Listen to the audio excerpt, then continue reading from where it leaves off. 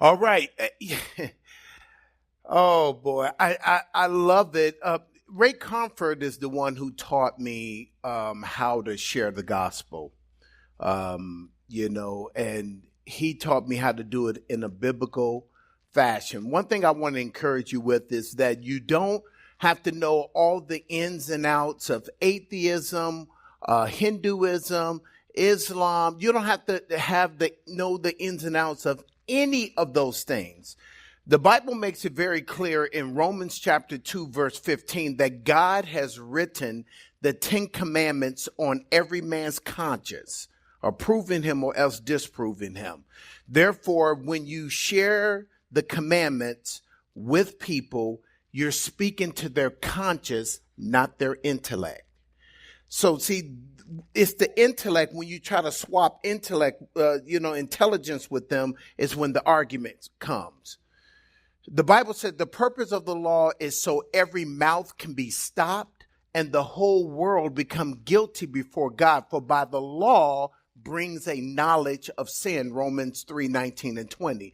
Therefore, the law, the 10 commandments, brings a knowledge of sin and it shuts the mouth. If you would notice, when he went down the commandments, that they were quiet. When he was talking, swapping intellects with them as far as the, science and all that kind of stuff, then they were going back and forth with them. But once he turned the conversation and started speaking to their conscience, it shut the mouth. And they were sitting there listening. So see, many of you, because you're not equipped on how to properly share the gospel, you've been in arguments with people. And you've been going back and forth with them. But if you learn how to share and talk to the conscious, not the intellect, it will shut their mouths. So I just had to put that out. I can spend the rest of the time just dissecting that movie. But Mike Bank, no, I'll let you introduce him. Go ahead and introduce him, Mike. Are you on? I'm on. Okay, there you go. I'm on good. Okay. Hey, once again, the video we saw, it touched on a lot of, piece by piece, a lot of the things that we're going to be going a little deeper into over the next few weeks. But today, we got a few minutes left. We're going to focus on atheism particularly, and this is kind of the format that we're going to try to use throughout the rest of our series here. Just kind of panel discussion. We'll have a presentation of what the issue is. Today it was atheism, and then we talk about it a little bit, and then start to field some questions from you guys about the topic in particular. But like Dr. Stoney said in the beginning, atheism itself, a lack of belief in God, is growing. I was doing some study and some research in prep for tonight, and just really quickly, I found two very interesting little statistics that I wanted to throw out at us.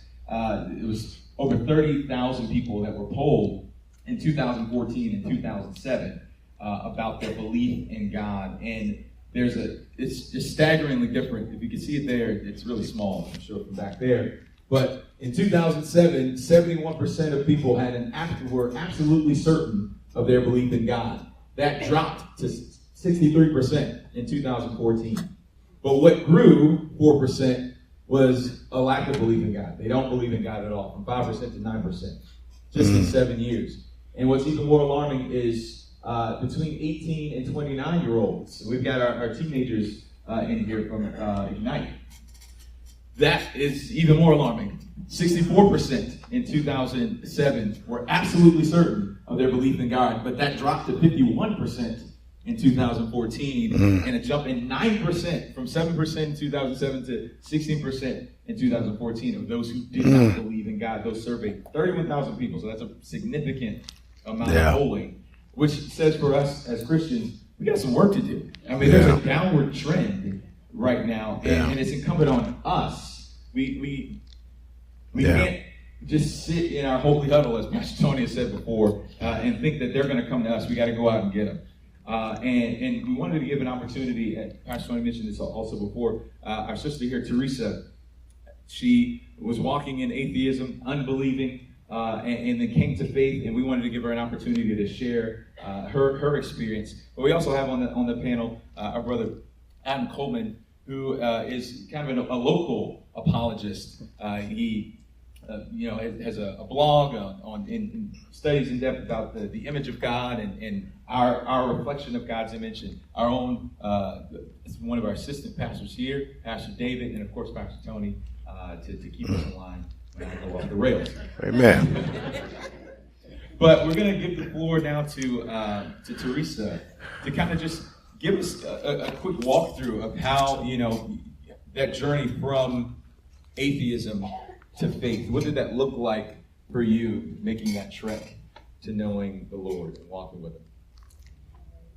And speak loud.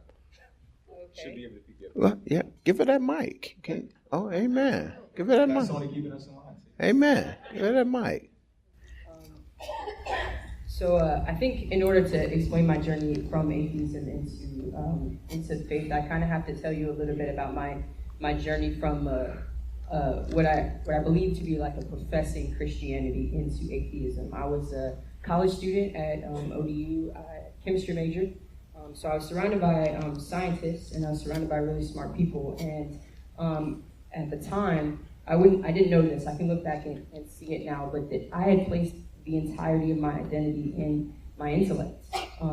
Being smart was who I was. And so I was surrounded by people who told me that smart people don't believe in God. And so when there are things that assault your identity, there's something that rises up in you that has to defend that. And for me, in order to maintain that identity, I had to dump a belief in God. And so I walked in that with some difficulty, because what he said up there is true. There was this thing in me that it made it very difficult for me to not believe, in spite of all my efforts. I wanted desperately to not believe in God, but it was hard at every moment. I found it to be very difficult, and so my journey of coming to faith wasn't one of an intellectual.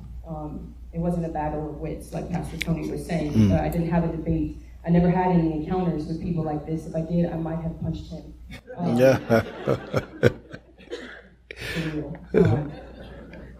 But for me, it was a matter of being in a place of such brokenness and such hopelessness, and finding out that my atheism didn't provide me any comfort. And so I went through my mind thinking about the last time I had felt any sense of hope. And I remember that being at church. And so I hyped myself up.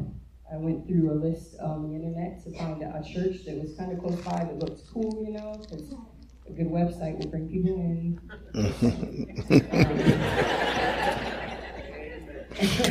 Amen. And so I found a church, and I pre-gamed, like when you're kind of trying to amp yourself up. So I decided I was going to go to this church, and I was going to listen to Christian music on the way, because I was trying to prepare myself for going in and meeting with these people. And so I listened to some music on the radio. I can't remember if I was listening to a radio station or what. I remember distinctly.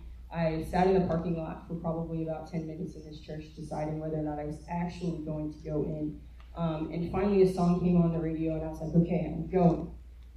And I walked in, and it was a big church, kind of like ours, and I was greeted rather warmly, but I decided I was going to sit there in a pew or a seat with my arms folded, and I was determined not to hear what was going to be said to me that day.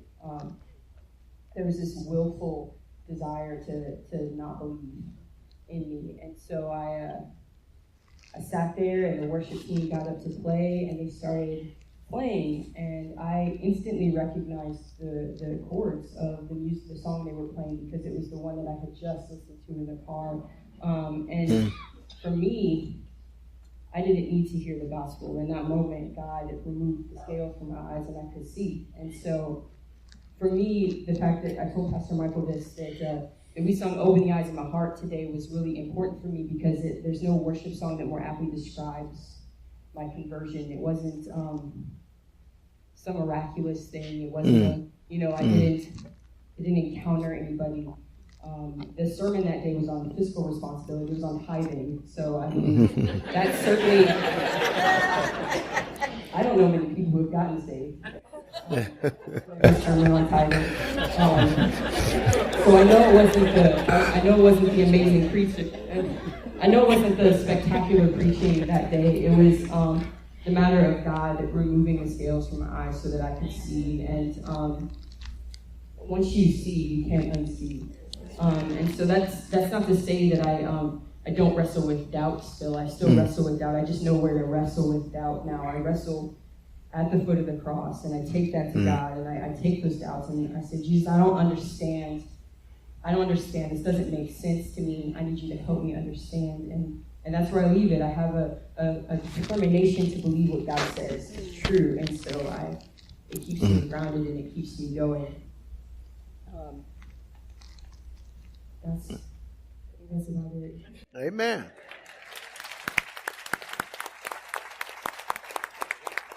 Amen.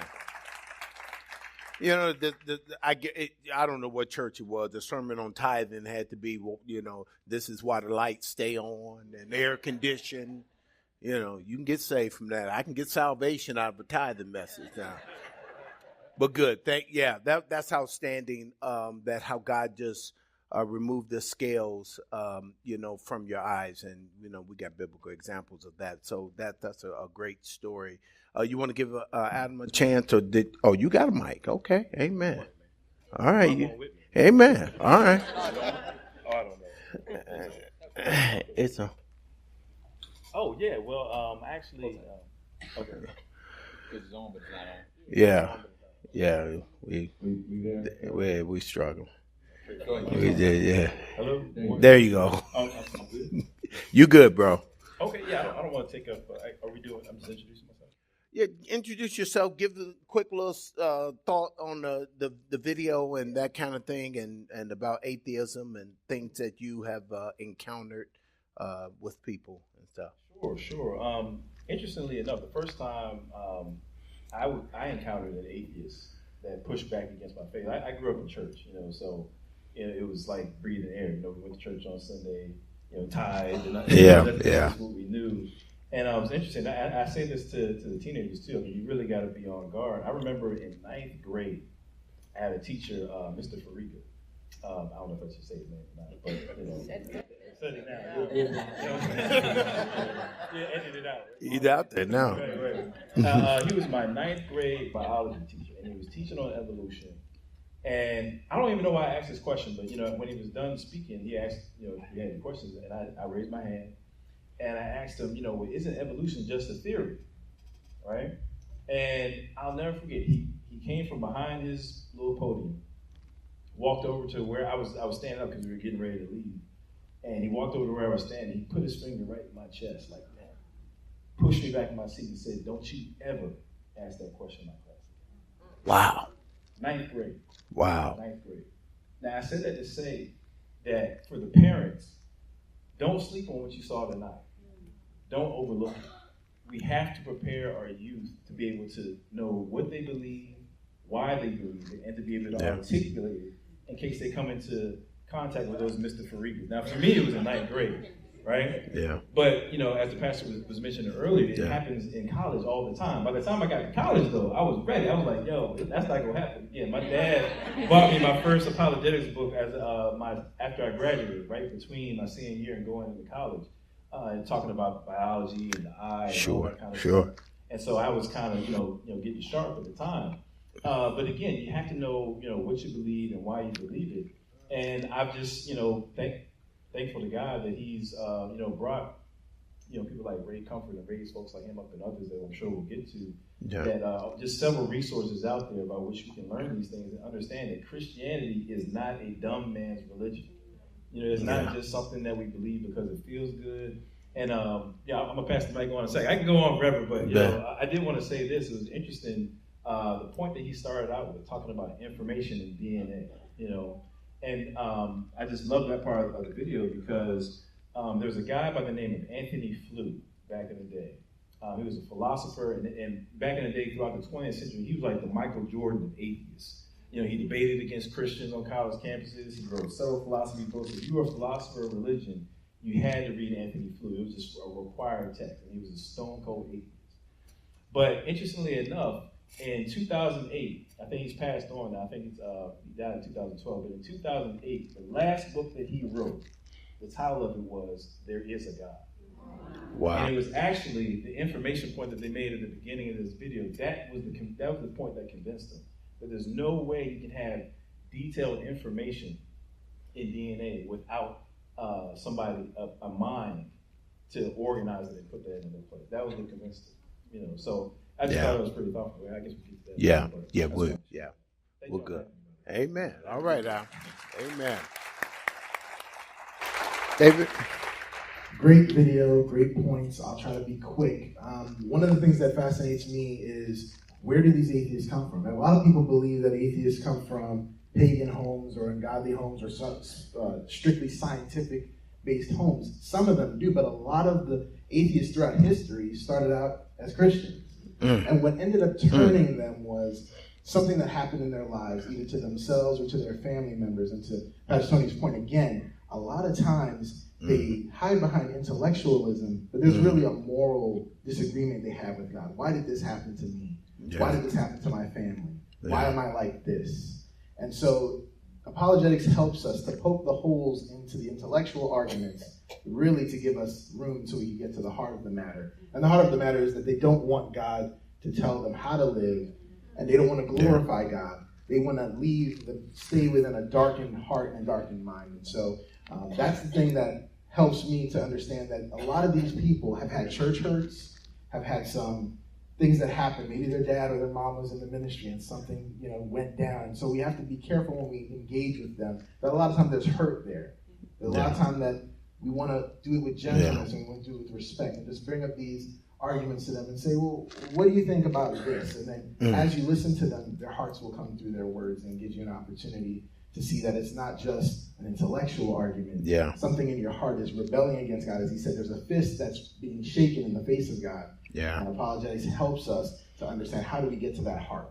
Yeah. Yeah. Mike? Yeah, I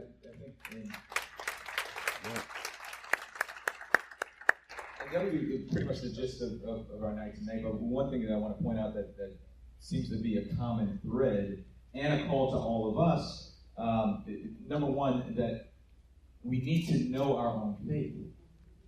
If we are to go outside of these walls and to talk to anyone, whether an atheist or a Hindu or someone who believes in Islam, we need to know, and Pastor Tony said this in our apologetics courses. You have attended those meetings. Yeah. First thing that he said is, know your faith first. Be grounded in what is true before you go out there trying to combat the lies. Pastor Marcellus and I were talking about this earlier. If the Bereans in the book of Acts, the Bereans could go and fact check Paul, who wrote 66% of the New Testament. If they went back and fact checked Paul and studied diligently to make sure the things that he was telling them was true, how much more so we ought to be diligent to know not only the scriptures, but what is God saying in the scriptures, not simply for practical life. To be sure, those are important, but also, what are the doctrines here? What is God showing us? How are we to think and also walk? And those are the things that we have to do. That includes Sundays, and for us Sundays and Wednesdays, but that's an everyday thing. We're going to be in our word. But secondly, and Pastor Tony said it's the start, we aren't reasoning with the mind primarily. That can be an entry point. Mm-hmm. And sometimes it's a very important entry point when discussing these things with atheists or anyone else. It's an entry point maybe, but it is God who reasons with the heart. So even while we are presenting evidence and talking with these folks, inwardly, we ought to be praying for them. Our hearts should be broken for them. We shouldn't be trying to win an argument. You heard Ray Carter say it over and over and over again. I'm not trying to win an argument. I'm just trying to get you to concede something that's so clear. One of the big hits against, or that atheists try to push against Christianity is that it's anti-intellectual, meaning that Christians don't think. They just feel, or they just believe. But really, we saw it in the video, and we're hearing it already. It's the opposite. It's the atheist who is rejecting what is so clear and what is so simple and what is so true. Yet, it's, as Teresa said, scales need to be taken from their eyes so that God can begin to affect their hearts. And we, as people of God, have the responsibility of both praying for them, reasoning with their minds so that God could reason with their hearts. Right? Yeah, you know, it's an old story that I tell. It's like when people are being trained to detect counterfeit money for hours and hours a day. They are looking at, handling, feeling, smelling real money. So they know the real so well that when a counterfeit comes, they detect it just like this. It's out of here. We should know the real so well that when a counterfeit comes in our ears, even though we may not know all the ins and outs of that belief system, we will detect it as counterfeit immediately. And this is why, you know, throughout this summer, you're going to constantly hear me talk about how to share the gospel properly with people. Yes, the entry point can be the intellect, just the entry point, and then how to get to the heart. You saw Ray Comfort do it every single time. You saw him say, hey, do you consider yourself a good person? Proverbs 20 verse 6 says, every man will proclaim his own goodness. And every man will say, yeah. You know why people say that they're a good person? Because they compare themselves with each other. There's always somebody worse. So they say, I'm a good person. Say, okay, let me ask you a couple of things to put that to the test. And then you go down the commandments. And each commandment, the conscience, which is the judge that stands on the courtroom of the mind, says, you did that. You did that. And the law is shutting their mouth because their conscience is saying, you're guilty. You just lied this morning. You just lusted just now. And the conscience is doing this on the inside. You're guilty. That's why they can't talk, because their mouth is shut. And we're going to show you and teach you and train you how to flip that conversation around to get to the conscious. Because you can argue all day with this, the intellect. But we're going to get you where you flip the script and get to the conscious. Now,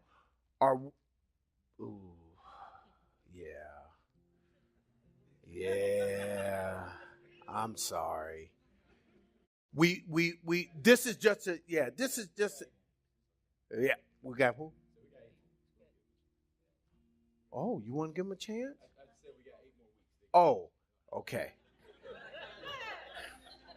Yeah, so we have 8 more weeks to so we can have a time of, you know, question and answers from here. We wanted to definitely do an introduction today because he's touching, Ray Comfort touched on some things that we're going to go a little more in detail in the coming weeks, like creation versus evolution, not just atheism, you know, and all that kind of stuff. So we're going to give you that opportunity. So we definitely want to respect our kids and respect you having to go to work tomorrow.